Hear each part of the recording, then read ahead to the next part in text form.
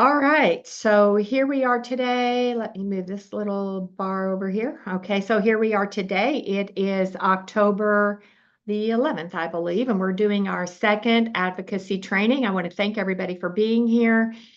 And last week we talked about generally about advocacy in the child welfare system. The purpose of going through that training last week so that we could really just kind of talk about what are the elements of advocacy, what kind of skills are you going to have to develop as an advocate. And as I also talked about, this training process is really a Connie Regularly brain dump. Okay, so you're going to get just these these slideshows that just all the stuff that's rumbled around in my mind all these years. So some of them you may go like, oh, I kind of know about that, I kind of don't, but you're all of the stuff you need to know. And these programs are also developed so that if you are doing advocacy, you're going to want to direct some of the parents to watch some of these. And this one is probably one that they would want to watch in particular. And I've titled it The Trauma, Drama, and How Did the System Develop? The Past, the Present, and the Future of America's Family Policing and Child Removal Policy.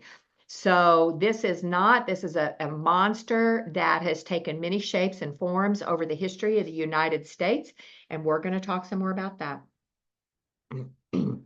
All right, so I have put these training programs up to copyright just so that we can protect them and they don't get adulterated. However, as you can see, I am freely sharing with these. Not only are we going through them in this free training program, I am putting them up on YouTube as well as Vimeo. I'm creating a Google Classroom. So I figure my feelings are the more people that know it, the better. So here we go. All right, and now most of you already know me, but I have represented hundreds of families who have been caught in the trap of the child welfare administrative and legal proceedings for 30 years. And when I tried to protect a disabled child from a secret order, which would remove her from her mother and place her in the home of a stranger, the system criminalized me and removed my ability to protect families. The criminal matters are resolving, but I have redirected my energy into training and advocacy and developing the Family Forward Project. All right, so Molly McGrath, if you have not seen this video, this is a video that she did in 2014, and you can look it up. You can find it very easily on YouTube. I have part of it tagged in here. I'm not going to play it today, but basically she talks about the same thing that I do, is that we have this monster of an industrialized child welfare system. She actually headed up the Child Welfare Agency in Baltimore, and she left frustrated with this message in 2014. And she basically said foster care is a bad idea. Now, if you watch this presentation, it's only about 14 or 15 minutes long. At the very end of it, she specifically says, if we don't make any changes, if we don't make dramatic changes in this system, come back 10 years from now, which is here we are, 2024, and you're going to see that the same problems continue to exist. Oops, I think this may play. Okay, can you guys hear her if I play that?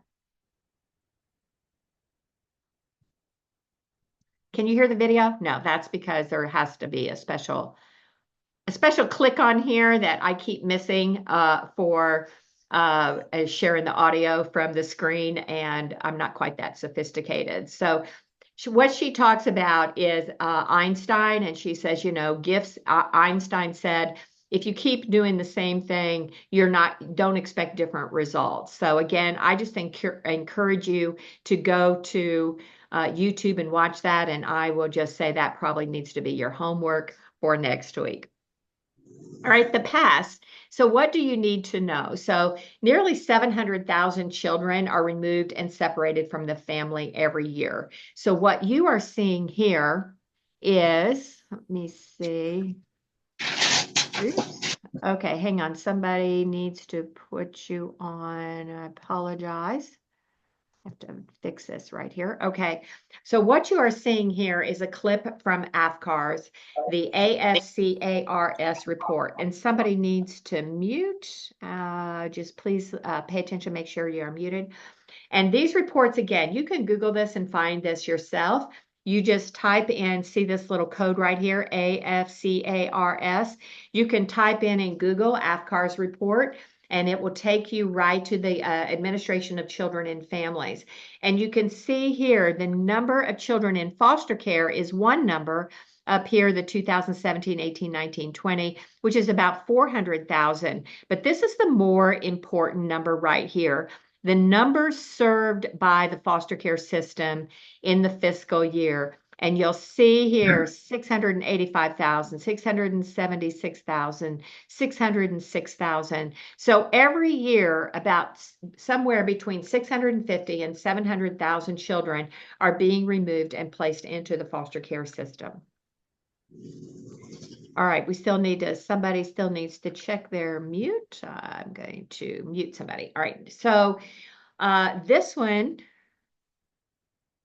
is, okay, so this is the same one. All right, I'm sorry, let me move on. All right, now why are they removed? So this is also from the AFCARS report, and this is something that I share with the legislators when I talk to them all the time. I say that, about 85% of the children are removed for neglect and not for physical or sexual abuse. And you'll see from the AFCARS report, here is the percentages right here. Now here, neglect only says 63%, but if you go down here and you check, hold on, physical abuse, you'll see that physical abuse is only 12%, and you check sexual abuse, and sexual abuse is only 4%. So we only have 16% of the children that are removed for actual physical or sexual abuse. And a lot of these other categories, although they separate some out of neglect, you'll see that most of this is some type of a situation within the household that has created a vulnerability within the family and is not necessarily abuse, such as housing.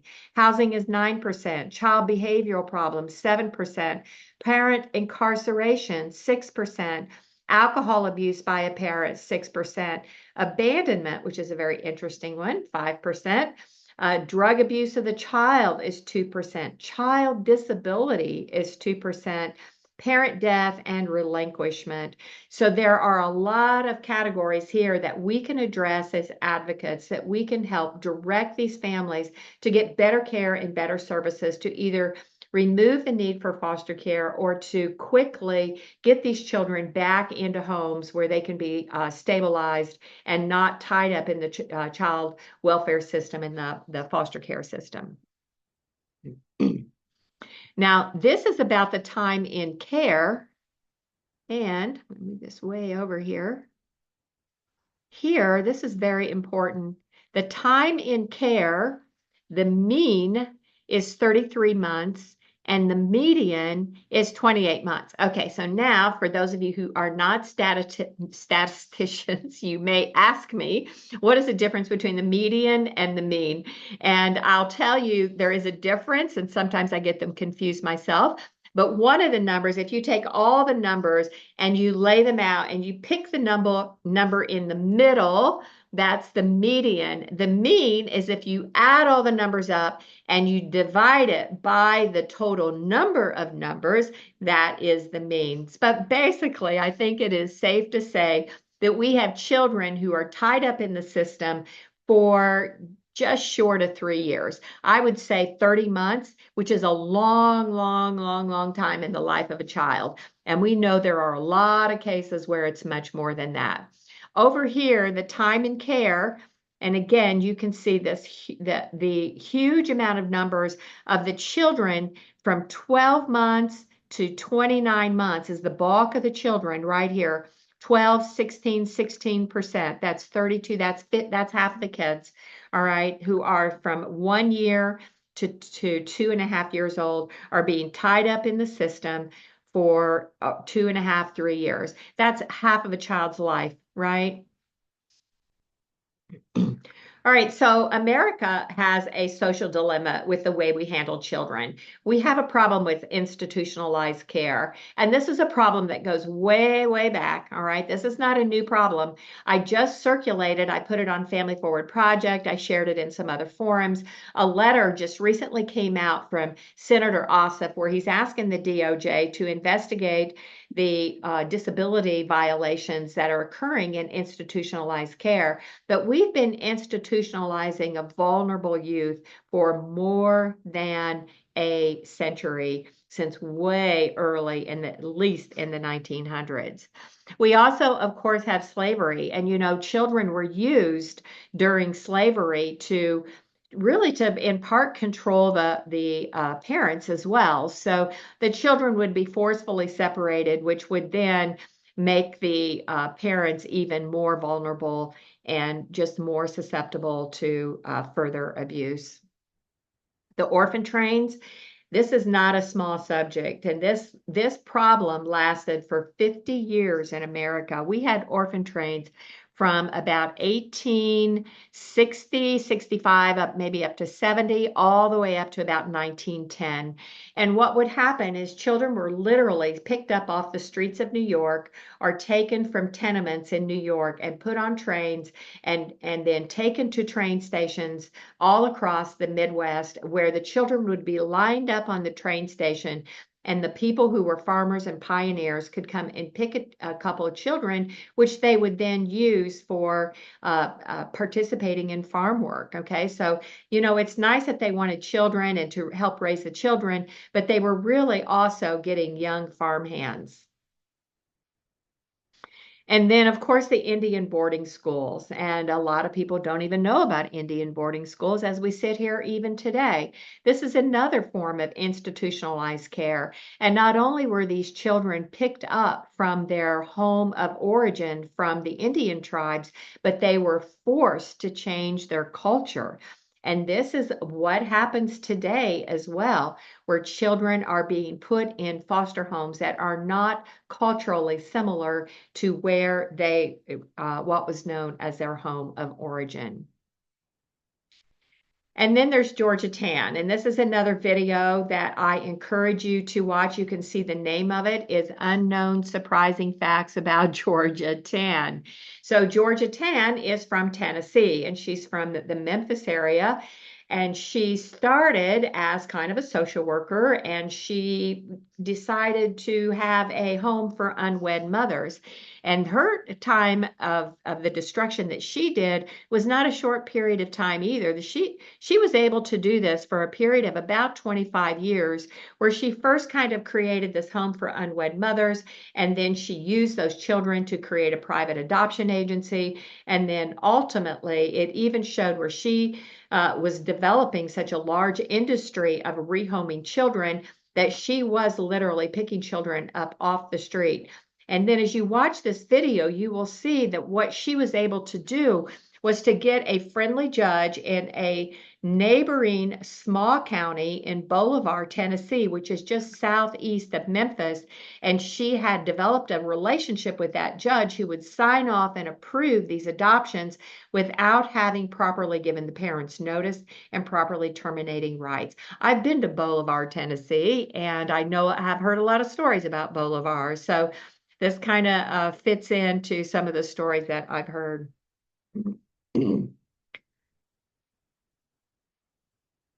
Okay, so the same thing, I tried to patch that in, and one day I'm going to learn the technique for allowing you to listen to that and watch it as well.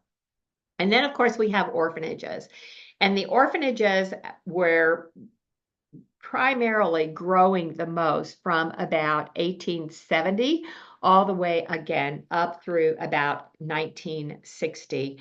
And the orphanages were where children were picked up, taken from families. When we get to the end of this video, I've got a couple books that I've read that gets into really some very graphic descriptions of how they collected children and then the risk that these children were at once they were in the orphanages. Now, the tragedy of the deep dive into advocacy. I didn't have this in my original presentation, but I really just felt compelled to include a reference to Nancy Schaefer. So Nancy Schaefer was a state senator in the state of Georgia, and she attempted to expose CPS, and she wrote, "There is no responsibility and no accountability in child protective services." Nancy was murdered in 2010, and this is really about the time that I started becoming even more and more active in advocacy. And her video and her story was one of the first ones that I came across.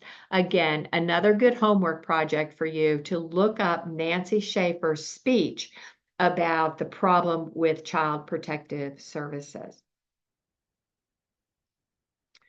All right, so now let's get into a little bit of technical detail. First is looking at the difference between the state and the federal involvement in child protective services. So at the state level, all child welfare agencies are operated at the state or county level. There is no federal child welfare agency.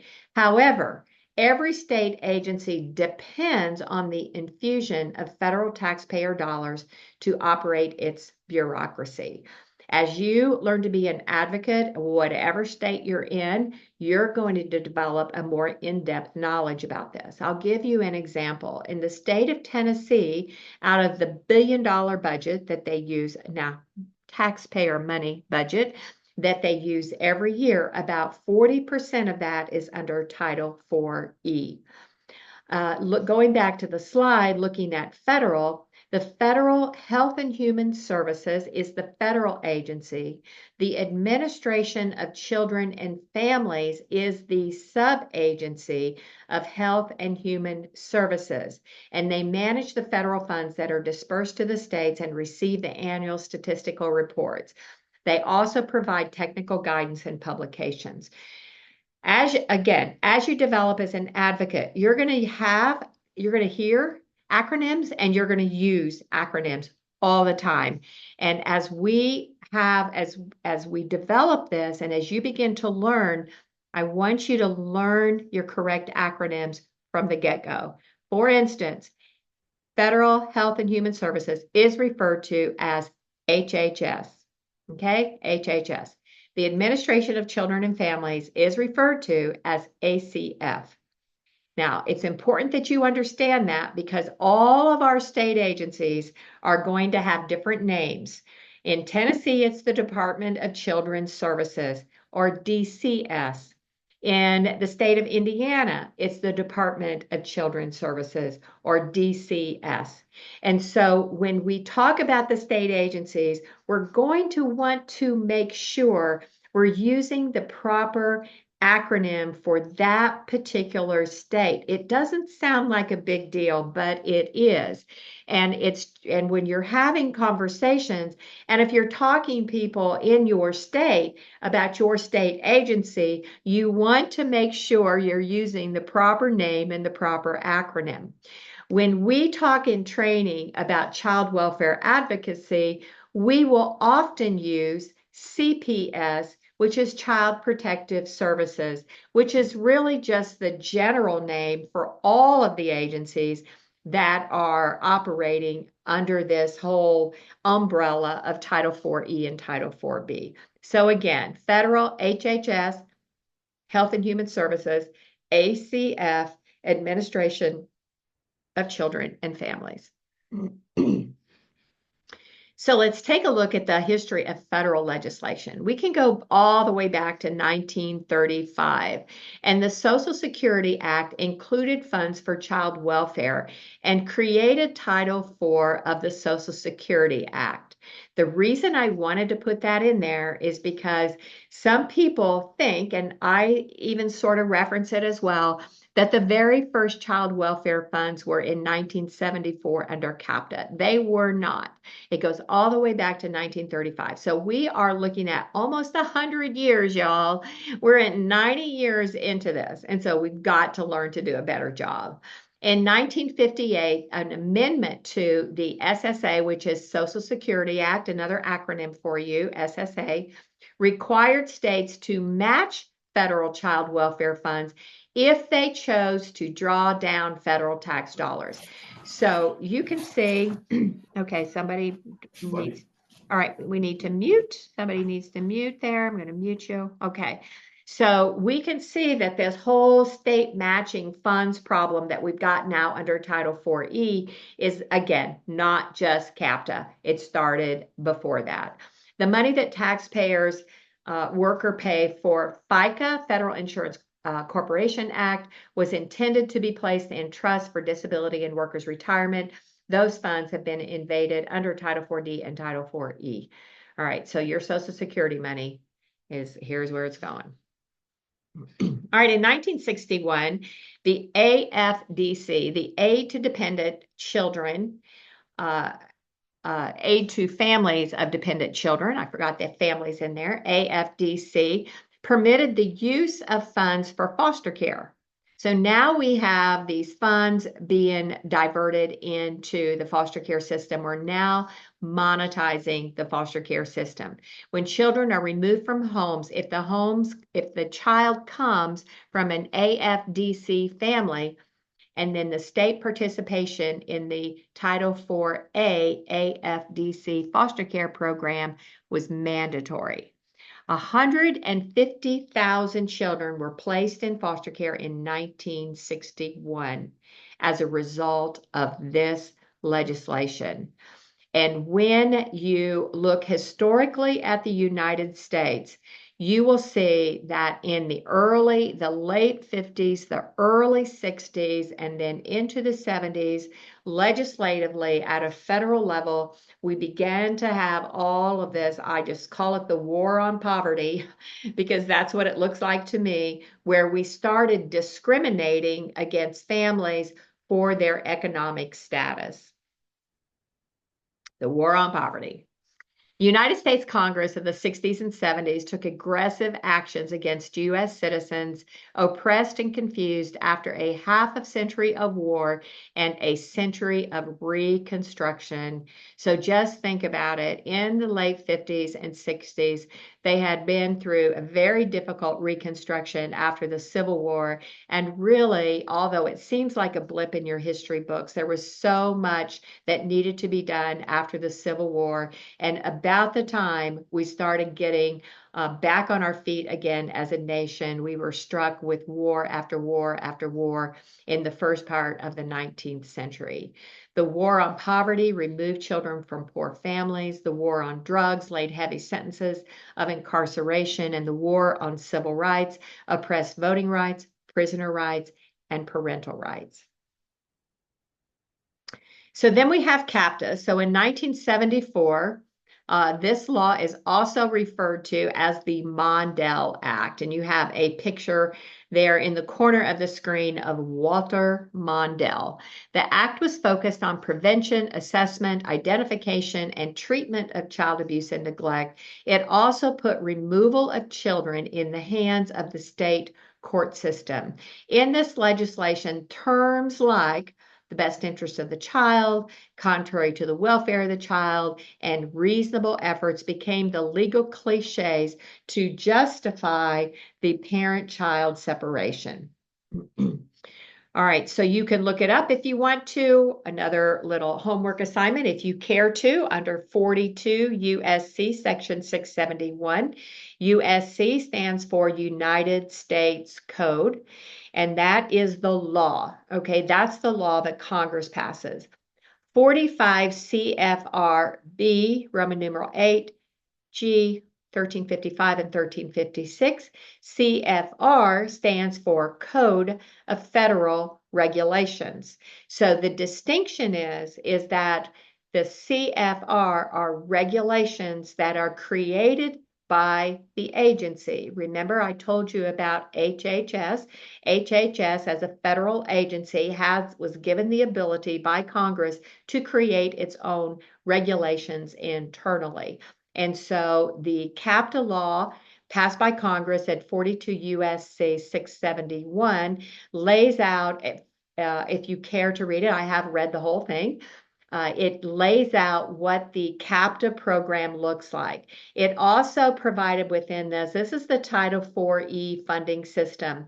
It also lays out in there the confidentiality clause that had a good purpose when it started, but that confidentiality clause has also been weaponized to shut down parents from talking about their cases, from going to the press, from sharing any of the problems that they've had within the system. The CFR then is where the HHS took that law and tried to create some additional regulations within that. So more history of federal legislation. We move on from there. After the 1974 CAPTA, we sort of went into high-speed legislation, on steroids for managing children and their families. 1978 was the Indian and Child Welfare Act. ICWA, another nice acronym for you, ICWA, very important to know. ICWA is still a law. 1980, the Adoption Assistance and Child Welfare Amendments of 1980. Now is the first time that we start providing adoption funds, which is before ASFA, but we'll talk about the difference in a second. In 1981, Congress rejects a Senate bill that would create a child welfare block grant and eliminate Title IV-E.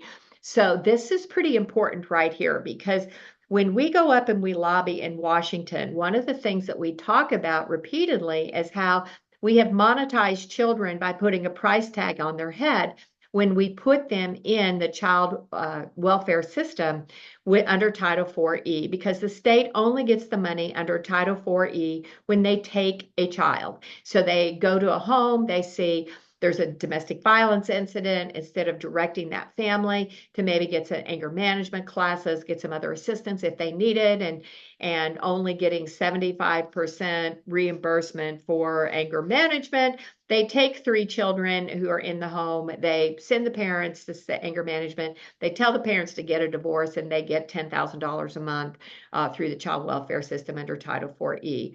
So one of the things that we talk about is how important it would be to have a block grant funding as opposed to a monetized child count program. And here, way back in 1981, which is 40 some years ago, there had been an effort to create a block grant as opposed to a monetizing each child. Now, you say, what is a block grant, Connie? See, I'm anticipating your questions here. What is a block grant, Connie? So a block grant is different from an entitlement program. So Title IV-E is an entitlement program, it means it is a funding system that is never subject to sequester by Congress. They can never shut it down. It is a use it or lose it. So the states either use it or they lose it the next year. And it is pretty much a dollar for dollar match. So that's an entitlement. So when a state takes 100,000, well, let's say 6,000 children per state, I think that's about the average. The state is getting a dollar amount on every single child that they take. And then they have to match those funds. And then if they don't use it, they lose it. So it's almost, if you look at the stats, it looks like there's a quota every year. Under a block grant, the states are assigned a certain dollar amount. And in that dollar amount, they can then use that dollar amount for their child welfare services.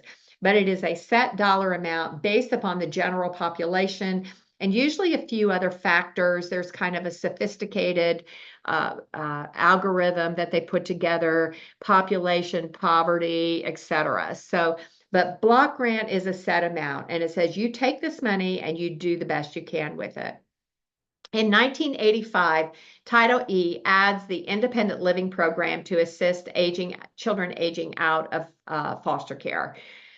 Sad to say, but we have kids who are just booted out of the system when they turn 18. They have no family relationship at all. In 1993, Title IV-B created the new Family Preservation and Family Support Program. This is a program that is just now being reauthorized. This is where we're trying to get our Family Advocate Bill. Title IV-B is a block grant program. However, it is 1/10 of the amount of Title IV-E. So you're going to learn more about that. but Title 4B is where the family preservation and family support is supposed to come from.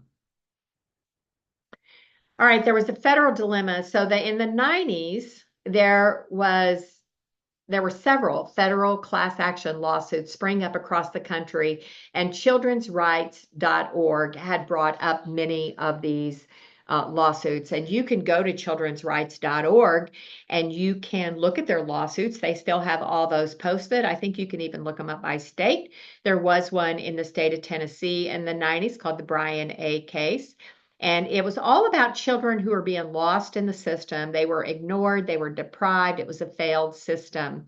And when what happened in these class action lawsuits is that these states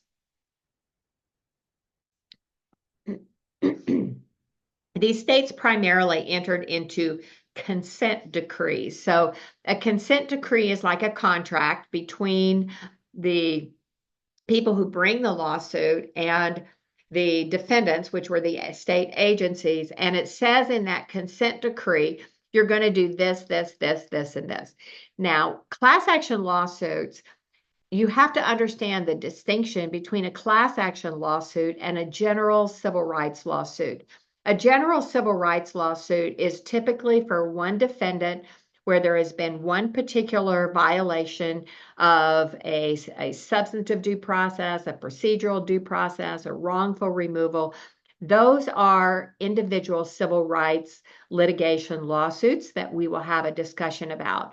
But class action lawsuits are brought with a class of persons who are suffering from a similar wrong, and they generally are not raised to get any compensation for the individual victims. So a lot of people through Family Forward Project, they talk about we need a class action lawsuit, we need a class action lawsuit. You cannot do a class action lawsuit unless you have a very large nonprofit organization who's willing to take on the grassroots level of that. Now, I will say most of the time in class action lawsuits, there are attorney's fees provisions, and they can, if they win, they can get paid. But it's a whole different type of lawsuit. So in Tennessee, there was a Brian A. case, and the 1994, there was a law created, a federal law for child and family service reviews, and it authorized child welfare demonstration projects. This sounded like a great thing at the time. It was supposed to reorganize some of the funds. However, again, it just kind of flopped on its face. It didn't really improve anything, and we still continue, even after all these class action lawsuits have the same problems in the year 2024. All right, 1997. Now, I was practicing law in 1997 when President Clinton signed off on the Adoption and Safe Families Act. And when Hillary was running for president, and this is a clip of Bill talking at the Democrat National Convention, and he even talks about, it's my wife Hillary that helped get the Adoption and Safe Families Act passed. So they're quite proud of it and they own it. And I will tell you, and I have been very honest, that when this law first passed, it appeared to be something that had some value. And the reason it had value was because in the 90s, children were being stuck in the foster care system for year after year after year after year after year, and never having any resolution at all. Remember, this is before we all had cell phones, before we had the type of electronics that we have today, and every child was a manila file folder. And so those file folders would get lost, shoved to the back, put in a archive drawer, and simply forgotten. Caseworkers would not even go and call on these children. They didn't even know that they existed anymore. So it sounded like a good idea, and I had a couple clients that took advantage of it, where there were children that needed to come out of the foster care system. It was to provide permanency for children. It codifies post-adoption bonuses, which I'll come back to.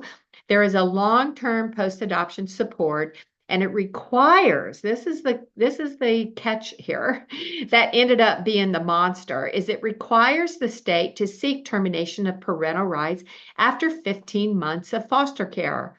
This is crucial because you will see as we develop advocacy training and as you are working with parents and families going through this, these states will drag these cases out for more than 15 months, even though there are rules and requirements that they expedite these hearings. They will drag them out, drag them out, drag them out until 15 months have lapsed. And then they say, oh, well, we're required to terminate their parental rights at this point. All right, so the adoption bonus money and the long-term adoption support money was also part of ASPA. So the adoption bonus money started out to be $4,000, a range of $4,000 to $6,000 per child. So once the state agency reached a certain quota, again, I think anytime we talk about children and we talk about quotas, we're probably not having a very healthy conversation. But once they reached a certain quota of adoptions, that they would then get a bonus check directly to the agency of $4,000. And then there were certain circumstances in which they would get 6,000, and if the child was considered special needs. And so who was a special needs child? It's not what you think. A special needs child could be a Black child. It could be a child where there were 3 or more siblings. It could be a child over 9 years old. So these were not really special needs child, but they just wanted to put a bigger bonus on these children that they thought would be harder to adopt.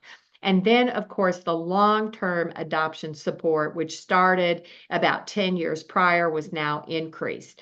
This post-adoption support money has now become what I call the hidden welfare system, the hidden middle class welfare system, and money that even in the state of Tennessee has grown to over $14 million a year of taxpayer funds.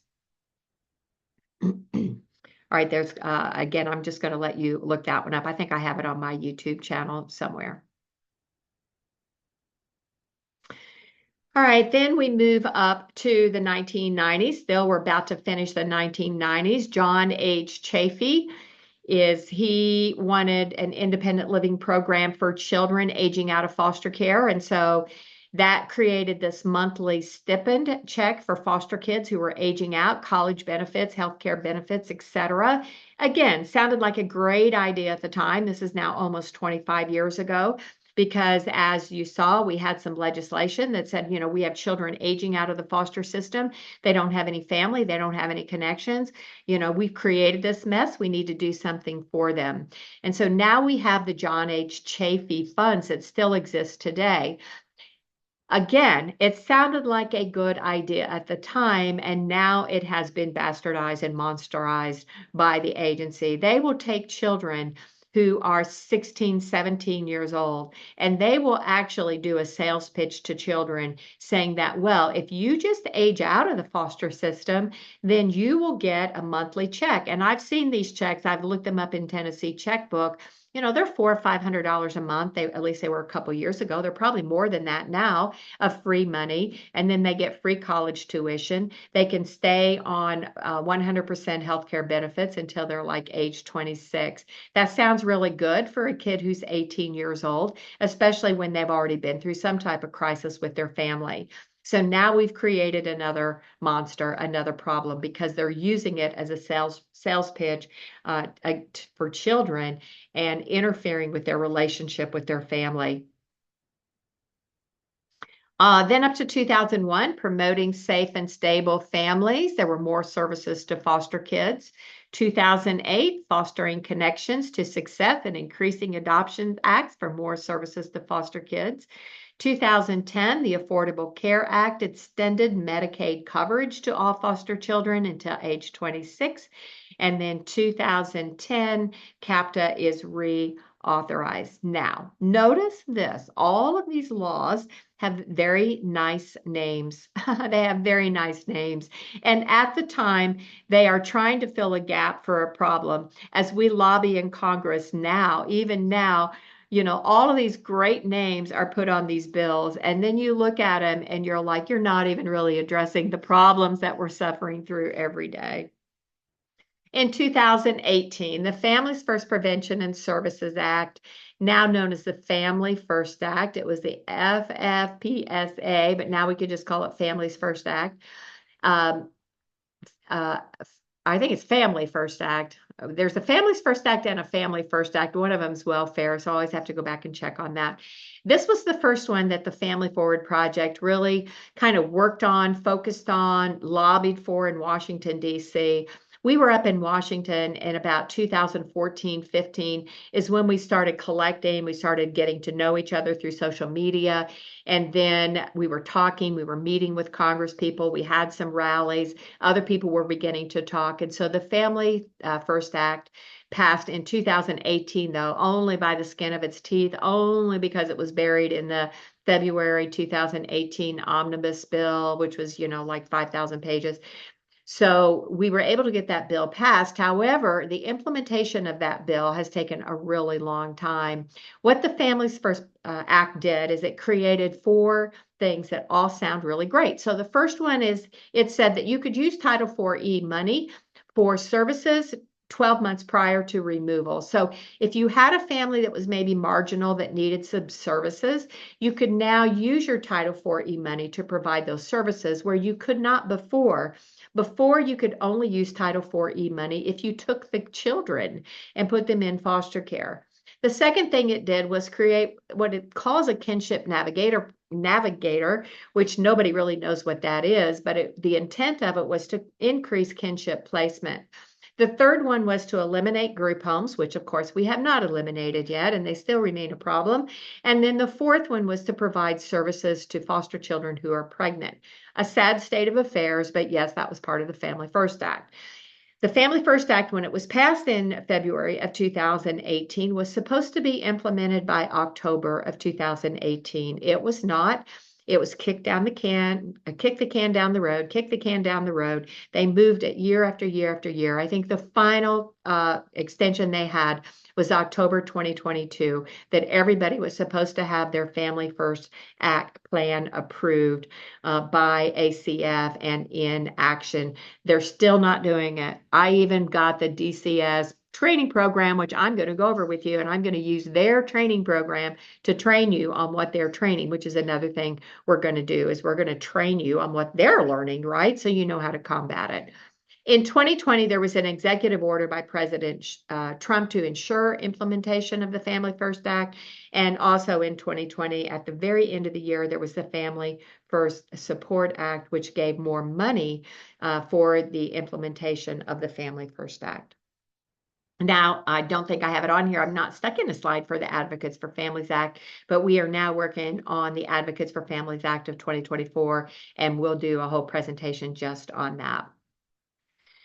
Oh, there's what the Family First Act did. Okay, so you have it in front of you again. State agencies could get reimbursements for in-home services. They were to phase out group homes. They were to support pregnant foster youth and implement a kinship navigator. Those four things are really important that you remember. You might want to make a note on that, or when you go back and take a look at this, you might, again, just want to make some notes, because we have to make the Family First Act apply to families. They've got to be using the Family First Act. Resistance. What is the resistance to change? There's power struggles, there's greedy contractors, there's job security, adoption incentives, bonuses, preferred incentives. I mean, this is the Titanic, and when we go to Washington and I talk to legislative aides, and even when I talk to Congress people, I say, look, this Titanic is running into the iceberg, and it's huge, and we can't turn the whole thing around. We have all these forces working against us. Looking at what Molly McGrath said in 2014, looking at what Nancy Schaefer said back in 2010 about the problems with the child welfare system, looking at what has even been discussed in the last 12 months in Congress. There have been many meetings and congressional hearings on the same problems. So what are we facing? So we're facing a refusal to implement even the Family First Act. The contractors will lose money. So foster care in every state, they have private foster care providers. Some of them, they're more extensive than others. In the state of Tennessee, we have both what's called DCS foster homes, and we have private contractor foster homes. And those private contractors, their contracts are millions and millions and millions of dollars. I think Youth Villages right now is the largest one in Tennessee of about 120 million. Omni's about 65 million, millions of dollars. In Florida, it's Eckerd. They're all over the country, and you're going to want to learn, and that'll be another homework assignment, I'm sure, is that we learn who are the private providers in your state. There's less foster, less jobs. So if there's less kids in foster care, there's fewer jobs available as caseworkers.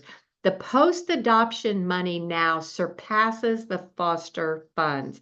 The actual number of children who are receiving these post-adoption monthly stipends has way increased the number of actual children that are being served in foster care on a monthly basis. They'll lose their bonus money, and there'll be a loss of agency income. Again, that was Molly McGrath. I encourage you to go look at that, and she'll talk about the same thing: the power struggles, the greedy contractors, job security, adoption incentive bonuses, and perverted income, perverted incentives. All right, so the Family First state plans enacted by state legislation. So in about 2020, I proposed a Family Advocate Act at the state level, hoping to implement the Family First Act, and it was resisted by the state agency. And I found this chart that is, you can see it's interactive. So you can probably Google Family First State Plan and enacted state legislation and find this chart if you want to see exactly where your state is. But you can see that the white are the jurisdictions with no Family First legislation or Title IV-E plan. For Family First Act now, they all have some type of plan for the foster care funds already in place. That's been in place a long time. But this is how are we going to implement the Family First Act. The green ones are jurisdictions that have enacted Family First legislation at a state level. I did this, put this together about a year ago. So you can see that just these states here, we have California, Arizona, New Mexico, Texas, and Alabama have some type of state Family First legislation. They're not consistent, though. That's also important that you understand. It's not like there's one model law that is being enacted across all the states, which is part of the problem as well. The blue are the jurisdictions with approved Title IV-E prevention plans under the Family First Act. You can see most of the states, including Tennessee, they are saying that they're enacting it. And then the jurisdictions with enacted legislation and approved plans, those are the states that appear to be the most proactive. However, I will say we're still getting consistent reports from states like Kentucky, Michigan, Iowa, Arkansas, Oklahoma, where families are still continuing to face the same kind of problems, which means that they're ignoring these Family First prevention plans. This is a huge reason why advocacy is so important. All right, now we are faced with the bureaucracy, the lie. So this is what is supposedly published plan for Tennessee. Back to the chart I was showing you, and it said that Tennessee had a published plan. If you go and you look at the published plan on the interactive map, what you'll see, it is the administrative policy and procedure for foster care funds. So it's not really a separate plan for prevention and maintenance of families. It's really about using foster care money. So Family First is not even mentioned in this administrative policy. The professionals submitted the majority of screened-in referrals and that received an investigation or alternative response. Everything that I put up, I don't source them very well when I screenshot them and put them up, and I apologize for that. But I can tell you, I can promise you that all the reports are coming from some type of official publication, either a state or federal publication. The reason that this is important is it's showing that the high percentage of referrals that are coming in from law enforcement. It says legal and law enforcement personnel. I don't know who the legal part of that is, but I do know that law enforcement makes a lot of referrals. Educational personnel is second. Medical personnel is third, and then social services personnel. These top three categories of law enforcement, education, and medical are very critical because, of course, a law enforcement official, such as a police officer, if they are called to a home where there is child abuse going on, of course, they are going to make a referral and try to and attempt to remove that child on an emergency basis. But this also includes a parent who gets arrested for DUI, a domestic violence call, just a domestic disturbance of some kind, an unruly. Okay, so there can be a whole variety of situations where law enforcement become involved, and not necessarily because there is an immediate threat of harm to the child, but they will call the Department of Children's Services, CPS, Child Protective Services, etc. This huge, huge part from educational personnel that shows that 15% are coming directly from education. I actually think it's much higher than that. I have other reports that show that that is actually closer to about 30%, but we'll go with that 15% for now. But that means it's coming from teachers. All right. Now, this is a very challenging situation because parents send their children to school. And honestly, as parents and families, and I've raised my own children and have grandchildren, we really kind of trust that the educational personnel we're entrusting our children to them. And so when they are also the source of reporting parents, it puts a bit of skepticism in the mix here. And the same with medical personnel. I know that some of those are child abuse pediatricians, and we'll have a whole lesson about child abuse pediatricians, and we'll talk about that. But some of those are also pediatricians who are mandatory reporters. So you have law enforcement, education, medical, they're all mandatory reporters. And I appreciate that. Mandatory reporting is also getting some skepticism at this point. But your educational and your medical personnel in particular are also the trusted professionals that you trust your family and your children with. And they can also become kind of the enemy in this whole system. All right, so the child maltreatment rates, this is from 2017 to 21. I wanted to bring this up. The important thing for me looking at this, it has a total referrals, the screened in, and then the national child disposition rates, subject of investigation or alternative response, and then the national victimization rate. Okay. Here's what's critical to me about this chart. It hasn't really changed, right? It hasn't really changed.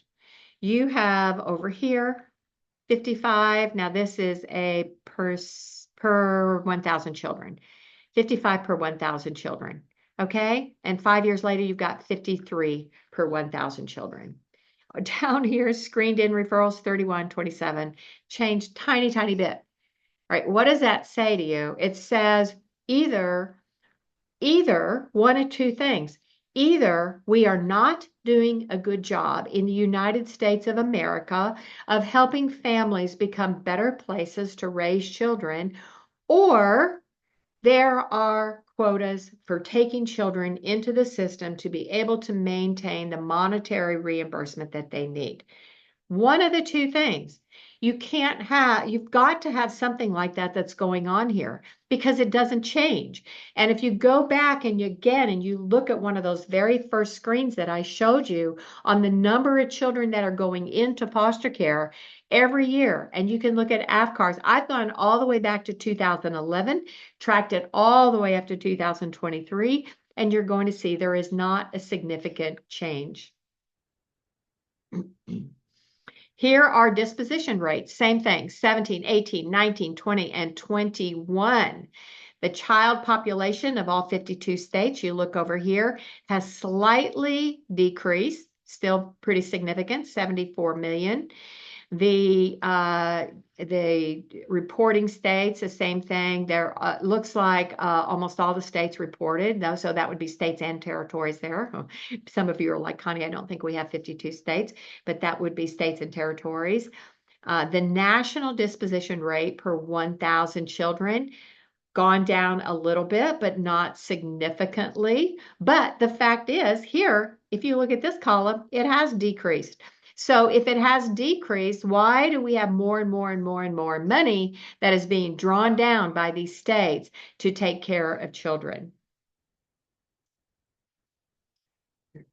Children who received an investigative or alternative response by disposition for one single year. So this is for 2021, and this probably comes from the child maltreatment report. So you can see here what is significant, this right here. Of all the referrals and all the reports, only 16% of those are substantiated. 56% of the referrals that come in are unsubstantiated.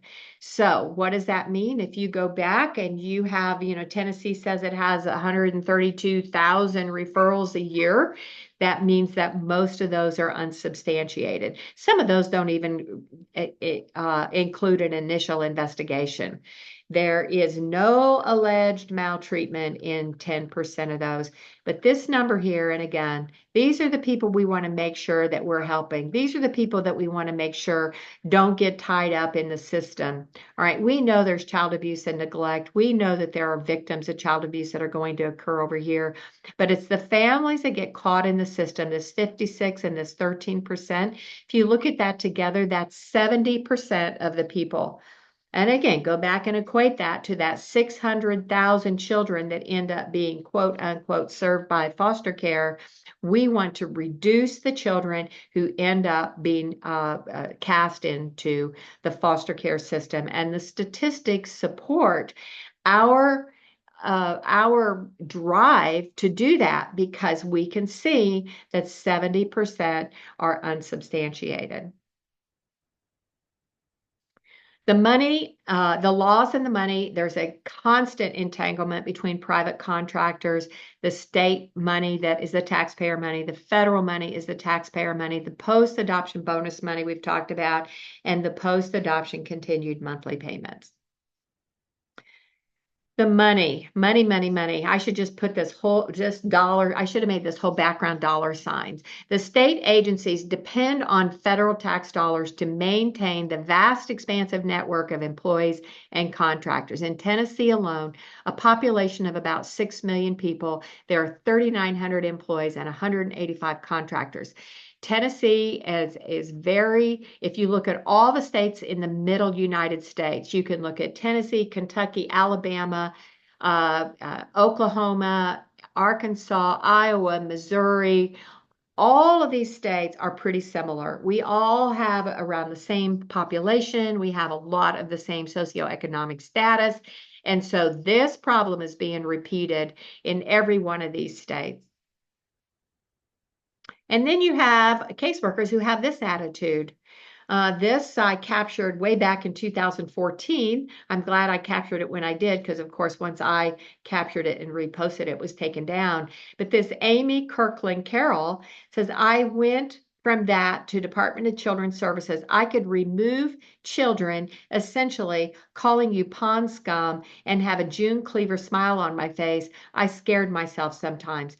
This is exactly what we deal with today. I don't know who this girl is, but she actually posted this in on Facebook, and this is the kind of attitude we're working with. And then I did capture Tennessee actually did what they called a culture survey of what their staff members said about working for DCS. And here's some of the comments.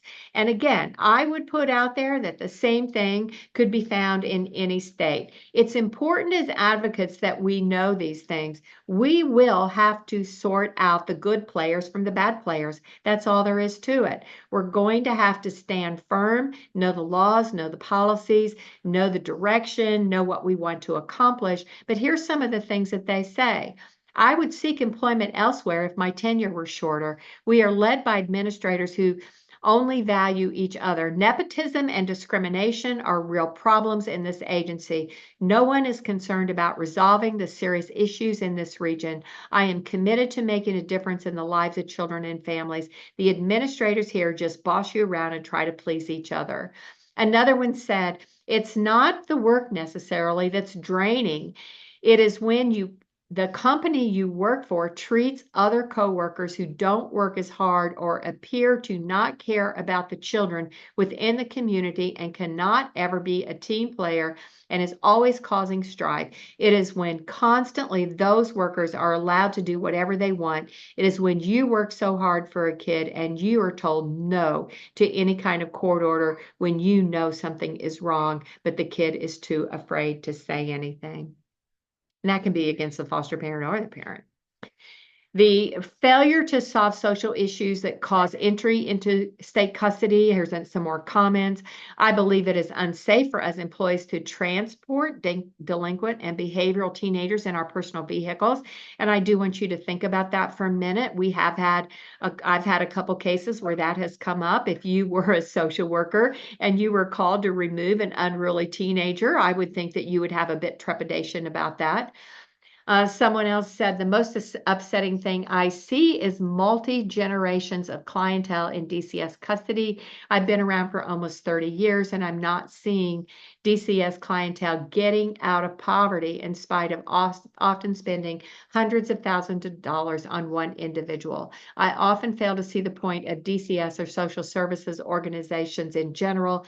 DCS is very well funded, has double-figure layers of management, but the programs appear to be inefficient, wasting taxpayer money.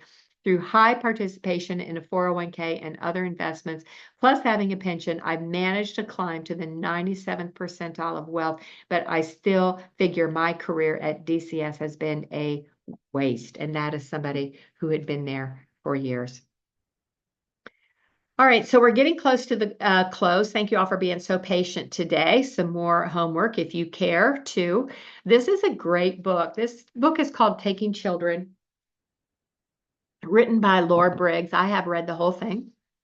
And this really talks about this sort of history of, she calls it a history of American terror. But this goes through this history that we've already talked about here today, talking about taking children in slavery, talks about orphanages, talks about the orphan trains, and talks about foster care.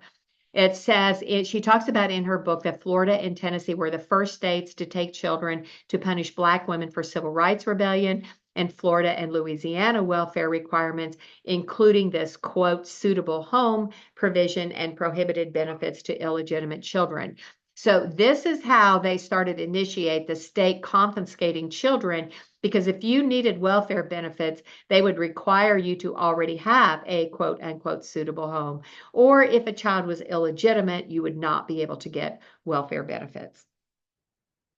Shattered Bonds, written by Dorothy Roberts. Another reason I just want to show you some of these books is because I want you to understand as advocates, although maybe you're coming into this as somebody who has suffered the trauma of going through the child welfare system, there are a lot of brilliant minds out there that are actively trying to bring this to a higher attention. They're writing books, they're professors. Dorothy Roberts is a professor. She talks about ASFA supporters place children's rights to be safe in opposition to parents' rights to custody of their children.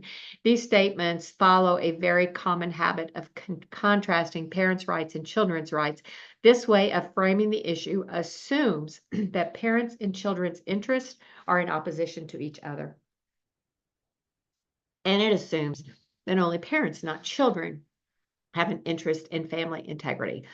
this is one of the big complaints that I have had, is that children have an equal constitutional right to family integrity. It's been determined by the United States Supreme Court. We need to not forget that. So Dorothy Roberts Shattered Bonds, you can see she also is the author of a book called Killing the Black Body. I have read her book as well. Another great book, Daniel Hatcher is also a professor. He wrote another book called The Poverty Industry. And in this book, Injustice, Inc., which is a pretty short book, it's got lots of endnotes. So the book itself is only about 180 pages. And then he's got about 100 pages of references and authority. But he talks about the process of maximizing Title IV funds. And it says, excuse me, my throat's getting dry and itchy. Just hang in there with me. We're almost done. The process of maximizing Title IV funds from children can be confusing, so many Ohio juvenile courts have hired private revenue contractor Justice Benefits, Inc.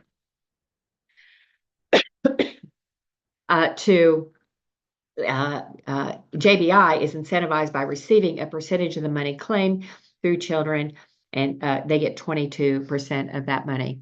Excuse me for just 1 second.